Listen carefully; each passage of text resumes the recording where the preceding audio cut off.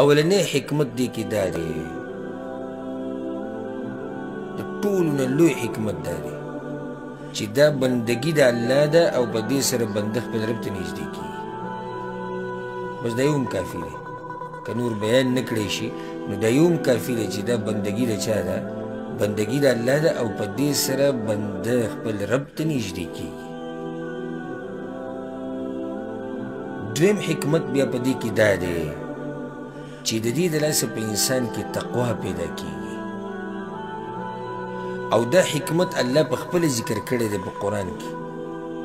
کتب علیکم الصیام کما کتب علی الذین من قبلکم، روژه لازم کړی شوی ده په تاسو باندې لکه څنګه چې په پخوانو باندې لازم وه. ولې یا الله منګه تږي کې نه، منګه وږي کې یا الله نه، منګه ستړي کې ځکه د روژې به موږ لازم کړی نه، موږ په تکلیف کې اچوي یا الله نه.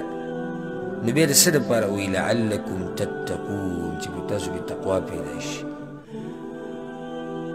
حدیث کې راځي که نه په صحیح بخاري کې شتي، من لم يدع قول الزور والعمل به والجهل فليس لله حاجة في أن يدع طعامه وشرابه.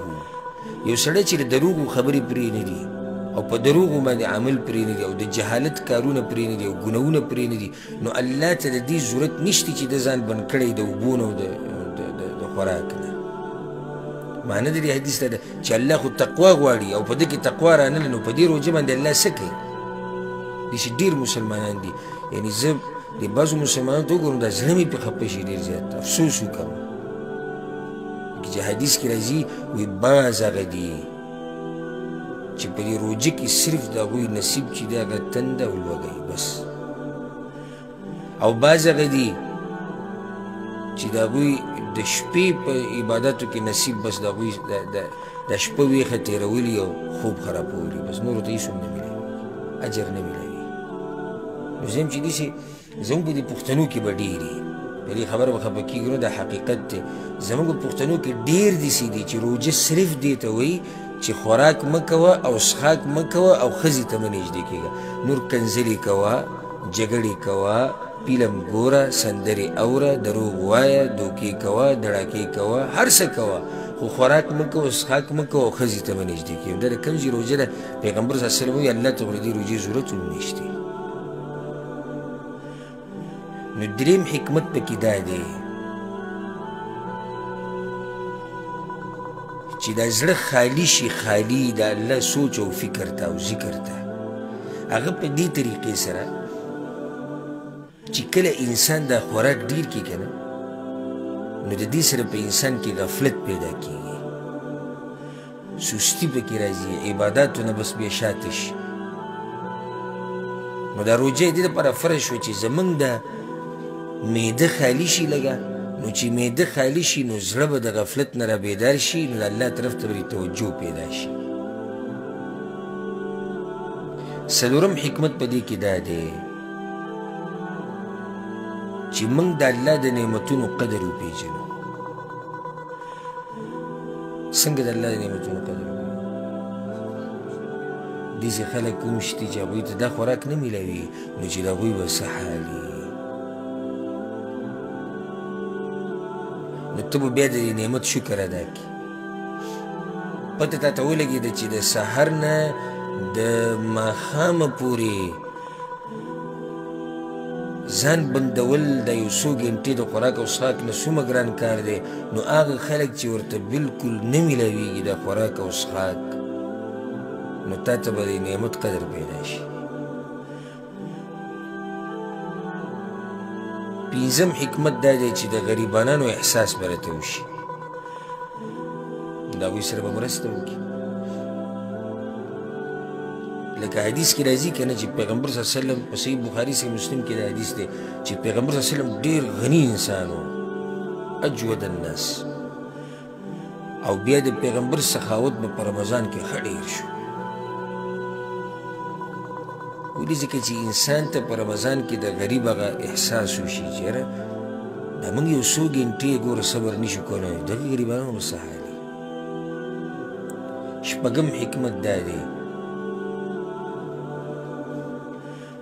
چې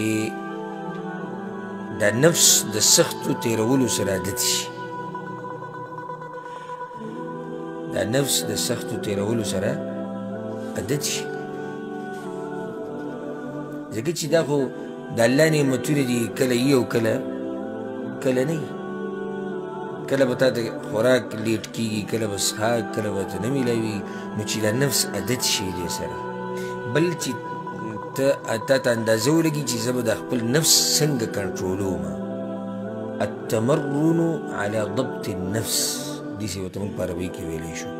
التمرن على ضبط النفس، یعنې پریکټیس کول د دې خبرې چې زه به د خپل نفس څنګه کنټرولوم.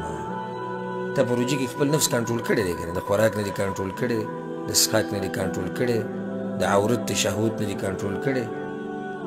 نو دا یو قسمه پریکټیس روان دی، تمرن دی. اووم حکمت پکې دا دی چې دې نفس کې دننه عجزي پیدا شي او تکبر ترې ختم شي. وجه دا ده، دا خو واضحه خبره ده. اکثر دا متکبرین چې دا مالداري کې غریبانه وي، مالداري دا ډېر خوراکونه او قسمه قسم نعمتونه چې سړي سره یي او د ښځو نه شهوتونه پوره کوي، نو دا اکثر په سړي کې لویي پیدا کوي، لویي متکبر شي. یعنې ته ورته خوراک کېږي که نه، خوراکونه ډېر دي او تا ښه مزیدار لکه مړه لرګه داسې دی سره وړي، داسې تکبر به وکړي او غزار به یې کړي او یو شي او بل شي. نو دا روژه د دې دپاره ده چې په دې نفس کې دننه عجزي پیدا شي، عجزي چې زه ګورې الله ته محتاج یم په هر وخت کې.